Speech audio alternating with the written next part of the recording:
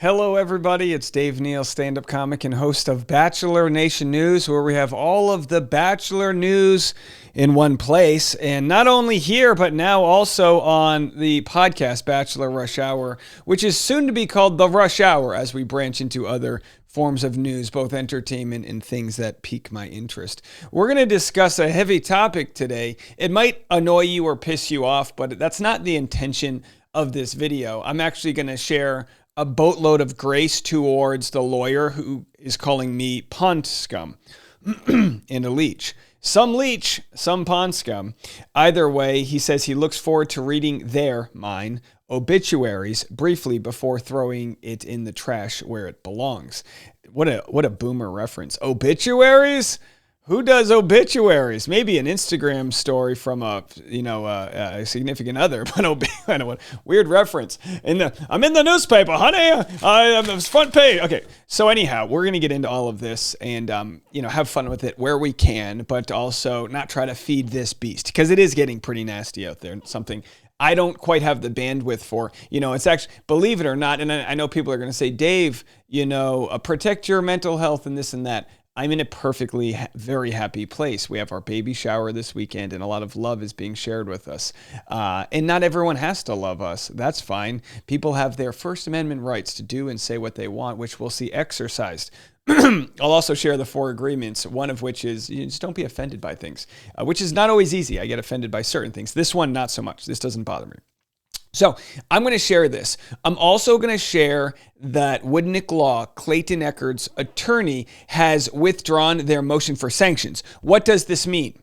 Jane Doe's attorney is taking this as a big victory, but it might not be as simple as that. So we're going to get into that. I'm going to share exactly what I believe to be is their differencing of opinions regarding this specific legal matter. But first, we'll get into the pond scum stuff. And also, don't forget, April 14th, I will be producing my own show in Nashville called Love Bombing. I also have 2 shows tonight at several different venues. You can check those out on my Instagram in Nashville. So lots going on before we welcome the baby here, trying to make that extra breadstick money. Carbo loading, folks. But that'll be a great show. If you can come to Nashville, this is the show to see. Absolute fantastic nationally touring comedians on that show.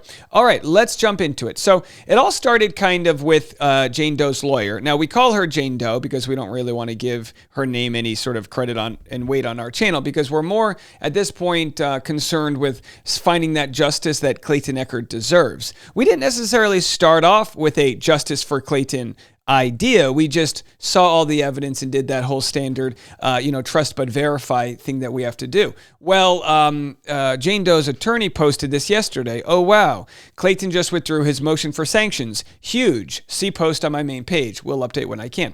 Not exactly huge, but a moral victory, some sort of victory, sure. To use a baseball game as 9 innings strategy, this might be 1 batter striking out. But as we know, Barry Bonds wasn't he the leader in strikeouts? I think he has that world record. He was also the leader in honey, shut the door, please. He was also the leader in home runs. So you can't win without taking swings. And maybe there was a big swing taken here by Clayton's attorney. By Jane Doe's attorney. Not entirely sure. But after that, it got a little strange. Megan Fox, of course, is somebody whom I've met by covering this case, and she posted a strategy. Nothing to worry about. It's going to get nuts now that a bomb thrower is in the mix. I think it's very fair to call Jane Doe's attorney a bomb thrower. I think that's very fair based on what I'm about to share with you. It's already strange enough and a bizarre enough case that her attorney is speaking publicly.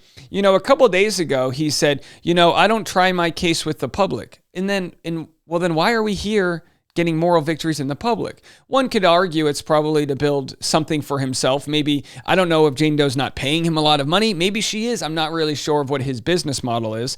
It's fair and legal for him to share updates as long as his client is okay with it. I'm not really sure what their motivation is, but that's okay. It doesn't mean we need to know. So I didn't even see this. This was sent to me. I don't really go on Twitter much. I'm busy running my business and leading my life, and Twitter's just the least of all of my socials that I kind of deal with. Hey, Dave, if you want to talk, email me directly. Your DMs are closed. I didn't even know my DMs were closed. He said, I want you to have all the facts, but I watched part of your show today, and it looks like you are in the propaganda business, not the fact business, which is fine. I know AdSense revenue is important. So that last line is what we call passive aggressiveness. I know that you making money is important. And not to summarize what he's saying here, he's basically, calling out my channel for not providing ethical journalism, I imagine. Now, we within this case are providing what we believe, we being me, is the best form of journalism here, which is sharing all of the records, not just from Clayton's case, but Mike Maricini, not just Mike's, but Greg Gillespie, not just Greg's, but also the Native American contractor that was sued, not just that, but the Uber lawsuit, not just that. So we've gone all the way back to victim, zero, who, was outed this week due to Jane Doe's own lawyer's recklessness. I think we can call it recklessness in sharing an unredacted file, even after the judge had said no sharing of medical records and all that has to be screened through the system and whatnot. So again, not a rocket scientist. Just a state school educated guy who runs a YouTube channel and performs stand-up comedy at night, and also has a hit podcast called Bachelor Rush Hour, featured every morning and afternoon, and also featured in Time Magazine. So he says he wants me to have all the facts, and looks like I'm running in the propaganda business. I don't take offense to this because I don't imagine he's followed our 80 or so videos that we've had from the beginning, in which I initially said, well, it looks bad for Clayton here. Not a good look, but let's verify this information coming from Jane Doe. And upon verification that she has committed what I believe to be is medical fraud due to photoshopping images and reverse Google image searches showing previous ultrasounds that weren't hers and all of that jazz, signing dating contracts and the manipulation of having her mom coerce Clayton into these conversations and reaching out to Clayton's parents and really weaponizing what should be a good time for people, that being, childbirth and getting pregnant and all of this, really weaponizing that. I've changed my opinion. And if that means I've gone from journalist to opinion-based news reporting, then that's fine. I can live with that. But until information is presented that changes my opinion, hard fact information that she was pregnant, an ultrasound that is verified to be hers, is showing the babies, I can't change my mind. One thing we haven't heard from this lawyer is any mention of Brett from RavGen, who said little to no fetal DNA multiple times. Those tests being taken at her home, blood withdrawn from Jane Doe's own living body, that showed little to no fetal DNA, which is as close to the thing doesn't exist as you can get. So forgive me if I'm coming off like a propaganda channel when I've looked at all of the information and made my, what I believe to be intelligent opinion known, which is that she's committing a con. That's my opinion, of course. So it goes on and on. Some folks have commented, Jane Doe's lawyer seems extremely confident considering the facts he has to work with. His shots at Dave Neal are unprofessional. He hasn't seen everything Jane Doe has done to him emotionally, financially, and professionally. Dave has a right to take this personally. And again, do I take it personally? Some things, nothing from the lawyer. The lawyer hasn't earned my right to take things personally. We're just not there yet, folks. So when it comes to responding to the lawyer to have a conversation with him, I protect my own personal time very tightly, and I kind of give it to places I want to give it. I'll tell him this. I do have a rate, as anyone does, in dealing with economics, right? There's no such thing as a free lunch.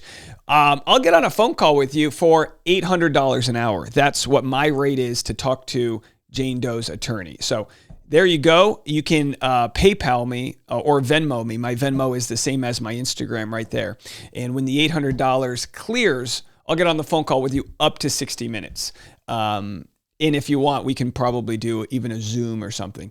And I'll tell you what, I'll cut it down to $750 if you want to do it on my Patreon, patreon.com/Dave Neal. But I don't know anybody my time. And I don't know what information he's going to share with me. He says he wants me to have all the facts. Why do you want me to have the facts? Run them through the court system where they belong. That's one of the problems with Jane Doe is she wanted to share her ultrasound with Reality Steve. She wanted to share other things with me. She wanted to privately say she was R-worded, but not publicly say that. Publicly, she wanted, all these different things she wanted to do to privately try to convince people that she was the victim here, but publicly, none of it lines up.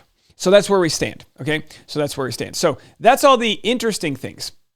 So I guess he posted this about me. There is no court order restricting the publication of her name, and it is not illegal for you to talk about her. Looking at you, Dave Neal. Yeah, well, I've never said it was illegal for me to talk about her. I just have this stomach condition where when I say her name out loud, it makes me vomit. So I'd rather not. I've gone with Jane Doe. That's fine with me. Whether it's for good reasons or bad reasons, I don't want to attach with the work I'm doing to her name and now also to this lawyer's name. Because if he's, taking jabs at me for the wrong reason, I want to make sure that he's not, siphoning any internet traffic from that. So my encouragement to anyone who supports what I'm doing here is to say, don't give him the clicks. Let's let it work out through the court system. He said, FYI, Jane Doe, Laura has threatened legal action towards anyone who, this was a response from somebody. FYI, Jane Doe has threatened legal action towards anyone who talks about the case. Dave Neal knows he can say her name, but he's being kind. Yes, that's correct. I have been threatened with lawsuit defamations dozens of times from her, which I believe she would not win. You know that. You're a First Amendment rights lawyer, right? Obviously, Jane Doe has either changed. So now he responds to this. Obviously, Jane Doe has either changed her position or that was never her position to start. I don't know. Don't really care. You don't need to redact her name anymore. It's already out there. Hashtag First Amendment. Kind of feels like he's baiting me, but I'm not going to take it either way. Yes, I believe in the First Amendment. And at the same time, I also believe she's weaponized the law system to try to silence others.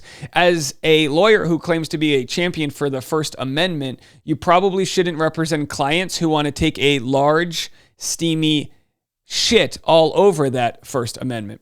So other people responded, has she told you about all the cease and desist she relentlessly sent people? All the people she's harassed in the court system? She called the FBI on me. She called the FBI, or she's called the Broward County Sheriff's Department on Liz Neptune in Florida. She's threatened cease and desist on Law Talk with Mike in Chicago. She's really been reckless with the attempts at having power over other people's words, which would be a threat to the First Amendment. You should probably talk to your client about that.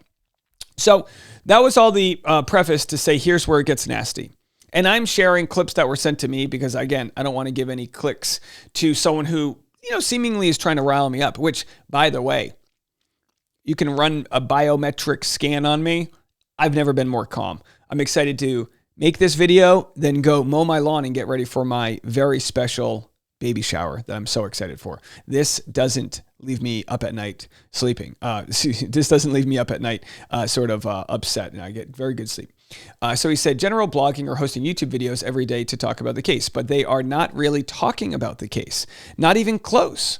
I'm sure this is about me and Megan Fox. They are not really talking about the case, not even close. They don't explain all the facts, and they don't give both sides of the story like any real journalist would. By the way, myself, Reality Steve, and others have welcomed Jane Doe onto our program to share her side. The only time she's ever let someone cross-examine her has been in court, and it's led to her admitting to fraud. At the end of the day, they don't give a shit about this case, and they don't give a shit about the people involved or the truth. They are nothing but mosquitoes sucking their meager livings out of the First Amendment I've fought so hard to protect. I always kind of get annoyed when someone talks about fighting to protect the First Amendment. Bro, thank you for your service, I guess. I could argue I've done more to fight for the First Amendment within this case by, bravely standing in the front lines when many of my contemporaries have cowered over her threats. But I guess this is what thanks I get for talking about this. These human leeches are selling half-truths and twisting shit way out of perspective in order to increase the drama. So much drama. And thereby get a few more pennies of Google AdSense revenue and a few super chat bucks to pay for breadsticks. Well, this proves that he's been watching my channel. Thank you so much for the additional pennies thrown my way.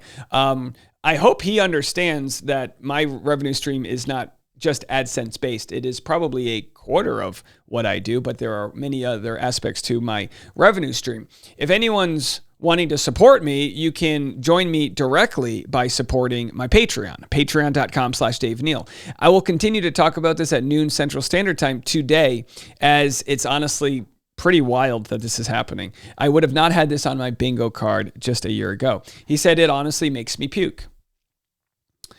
F these sick, selfish, lying a-holes. Should I clarify how I feel? It feels like projection to me. Is he writing this as he looks in the mirror? I'm not truly sure, but his motion, the 39-page motion, was riddled with, I think, half-truths would give him too much benefit. He was talking about how she sought medical treatment but didn't receive it. He's the one gyrating around the English dictionary, right? He's the one who's dancing, doing the cha-cha around the thesaurus, trying to find ways to, wiggle his client out of the consequences of her actions. He then goes on to call us scum. These vile scum, people, are not helping anything.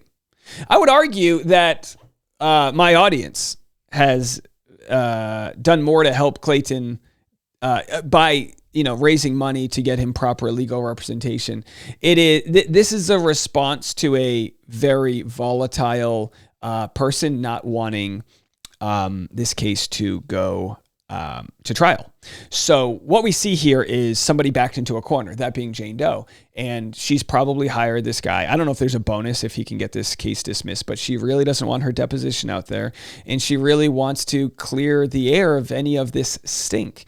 And my thought is that what is going on here is he's exercising his First Amendment rights and freedom of speech to try to weaponize silence and try to really get me to stop talking about this, and also trying to get Clayton's lawyers to drop this case and say, you know what, enough is enough, which is kind of what they did in the past with Greg Gillespie when they kind of didn't have a smoking gun and it wasn't going out. They said, no one can afford to pay this. We just want to see it go away. And that's kind of the problem with the legal system. Usually the person with the most money wins. Well, in this case, the person with the biggest platform can help get the truth out the most. And I found myself in Reality Steve and Megan Fox and a few others. I found us sort of alone on the battlefield here saying no one's covering this the right way. Now, usually when there's a contested case, there might be 80% for one person and 20 for the other. It's never 50-50. It's 90, it's 10. It is, as far as we know right now, excluding her parents and excluding the lawyer she paid to write this malarkey. It is 100% people that believe Clayton and see her as a liar. That's their opinion, and they've exercised their freedom of speech by sharing on Twitter and other places how they feel like this lawyer doesn't really know exactly what he's talking about. So he says they are human cockroaches spreading feces on the floor and then spinning the facts to make them more dramatic than they really are in the hopes this will drive traffic and increase revenue for their sad, pathetic lives. One day, these trash humans will wake up and realize that lying for money is not a good way to live. Or maybe they will never see their sins. Either way, I look forward to reading their obituaries briefly before throwing them in the trash where they belong. I guess the only question is, will he eat a breadstick while he reads the obituary? I'm not too sure. Now, some people say, this is a death threat. No, it's not. He just says when we die, he'll throw our obituaries in the trash. Again, very boomer-like reference. I don't understand it. I know obituaries were big back in the day. Who's got a newspaper? Extra power recapper. Okay, so very bizarre. I tell you what, give me a second. My dog's been barking because he wants to go outside, but I'm going to play for you what Megan Fox has to say. Now, I have made the executive decision to not say this man's name for only one reason, because it will piss him off. If you have never met an attention-seeking hoe, I would like to introduce you to Laura's new attorney, because he is an attention-seeking hoe like you've never met before, like you've never, ever seen before. And so you know how everybody used to call Laura Owens Jane Doe? I've decided to call her lawyer John Doe, but not quite. There's a little bit of a twist.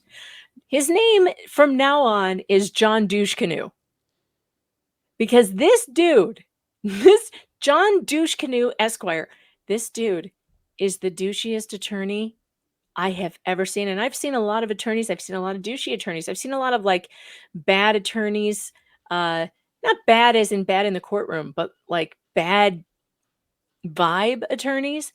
I have literally never met one this bad. And we say, sunlight's the greatest disinfectant, so we can show you what we're working against.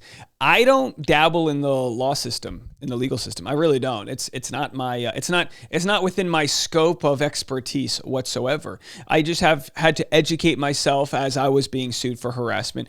First Amendment, very freedom of speech, very expensive. So as I've had to dabble in that, I go, oh, maybe this is the hardball they play. And then as I've talked to other attorneys, they say, we've never seen this before. And it may be that in today's world, while he claims the things that I do are scum and clickbaity and all of this, it feels as if him driving traffic to his blog and trying to promote his Twitter account, it seems to me that that's him trying to sort of get something out of the case, which would be pretty lecherous to me, which is strange because his Twitter following is small. I mean, I don't mean this to even make fun of him. My dog has a bigger Instagram following than his Twitter. Like my dog's, I mean, he's adorable and everything, but like, why? You know what I mean? Like this is, a 15-year-old basset hound has attracted more curiosity than a very smart lawyer. I don't understand. And I mean, there's my dog right there. That's where he sits when I make content, right there. And I even zoomed in for emphasis. I mean, sure, he's adorable. Yes, he wears diapers. He's 15. I know, if anyone's got an old dog, it really teaches you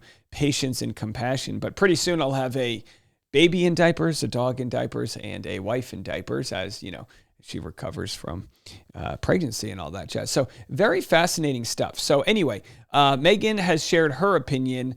I'm kind of just trying to look at this more from a psychological area. Projection is the process of displacing one's feelings onto a different person, animal, or object. The term is most commonly used to describe defensive projection, attributing one's own unacceptable urges to another. For example, if someone continuously bullies and ridicules a peer about his insecurities, the bully might be projecting his own struggle with self-esteem onto the other person. Now, I can understand if Jane Doe's attorney didn't like my live stream yesterday.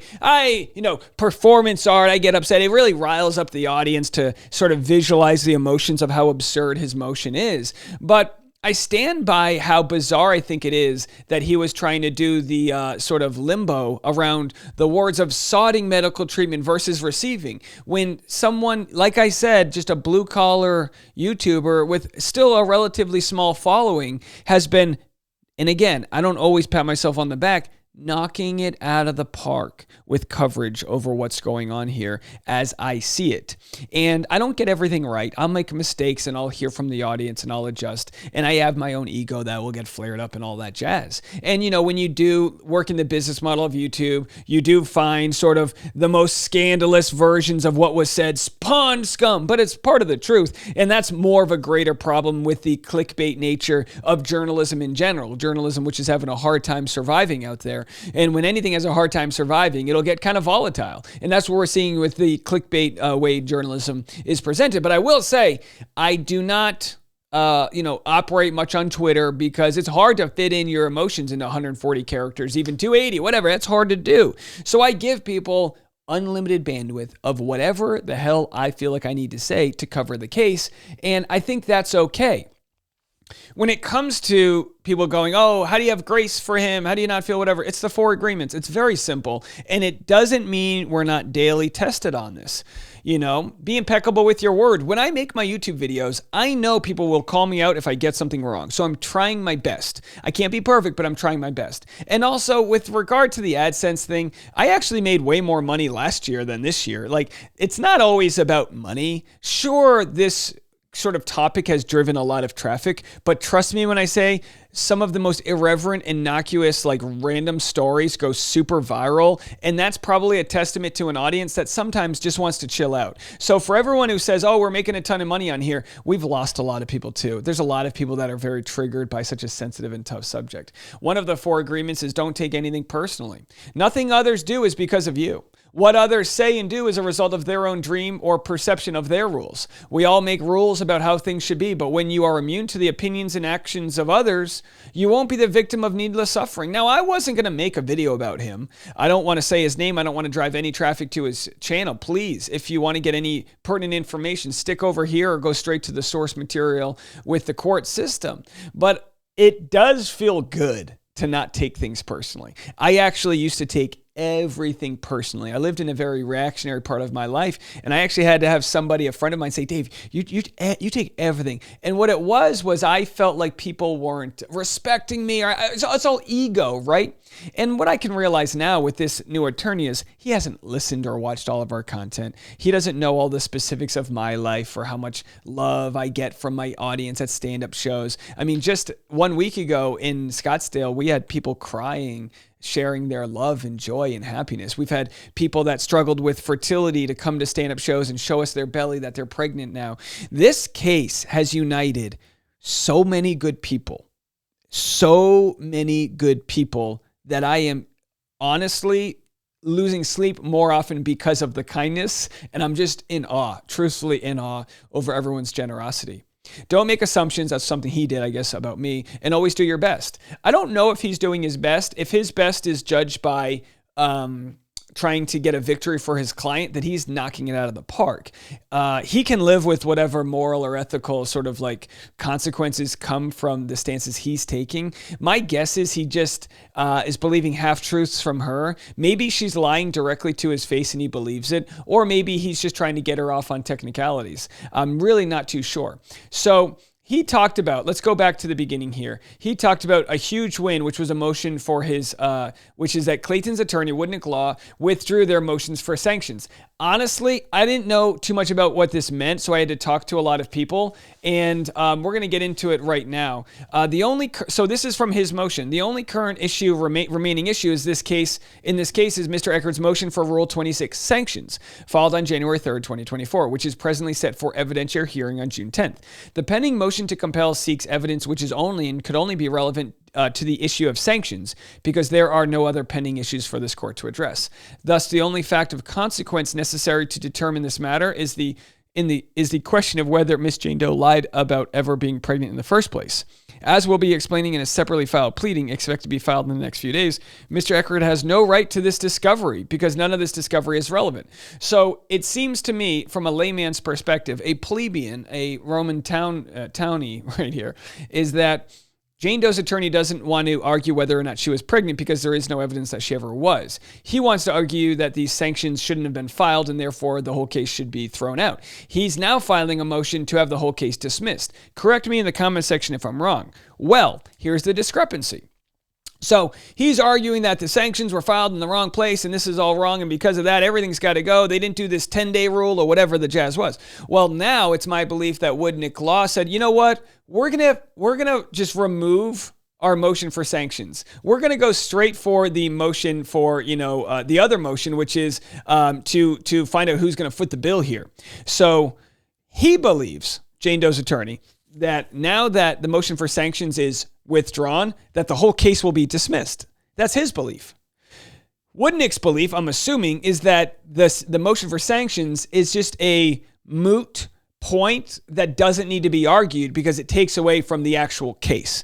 So it actually could be smart for Withdrawal Law to remove their motion for sanctions so that they can actually get down to the meat and potatoes. Like, all right, there's a lot of redundancy. Get that motion out of here. That doesn't matter. We want to argue for who's going to pay this bill. And by arguing for who pays this bill, they need to prove that she was never pregnant, which means they believe that there will be sort of a need for this discovery. So right now, and again, correct me if I'm getting this right or wrong, it looks as though, by Withdrawal Law removing this motion for sanctions, they don't have to worry about the judge maybe making that decision and with limited bandwidth in this family court system. It seems as though they want to go straight to the point. Who's going to foot this bill? That's where that stands. What else do we have here for comments? I think that's all we have for comments. So I don't have the actual motion. I'm going to, and maybe you guys could do this with me if you want. I'm going to stop receiving any information that comes from Jane Doe's lawyer and wait for it to pass through the actual legal system. I don't know his intention of releasing it early and this and that. I have no idea about the ethical nature of that. I guess if Jane Doe approves of that, that's fine by him. But I'm not trying to play his game. That seems like this is his home court, which is to play this sort of mudslinging game. I wouldn't read his obituary, nor would I throw it in the trash. It means nothing to me. It's honorable that he wants to read mine.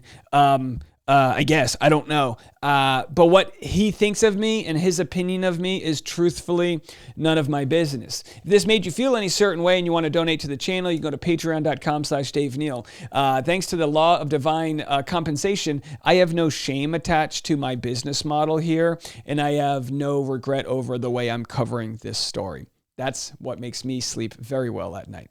We'll see you guys at noon Central Standard Time on Patreon at patreon.com/Dave Neal. All right, some podcaster, some leech. Gotta go.